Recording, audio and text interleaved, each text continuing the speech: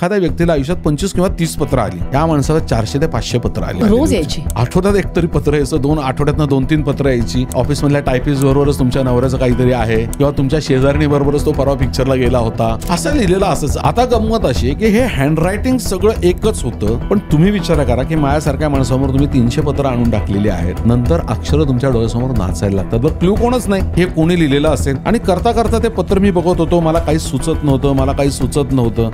त्यामुळे मी पत्र असं करताना आपण म्हणतो ना काही सुचत नाही, असं पत्र करत होतो, मला पत्राला एक वास आला. मी दुसरं पत्र घेतलं, दुसऱ्या पत्राला तोच वास आला, तिसरं पत्र घेतलं, तिसऱ्या पत्राला तोच वास आला. तपकिरीचा वास मला यायचा. तपकीर ओढणारा तीच ग्रीप पेनाची ग्रीप असते, आणि पेनाच्या ग्रीपला ते तपकिरीचं त्याला लागलं, आणि मला प्रत्येक पत्राला तपकिरीचा वास यायला लागला.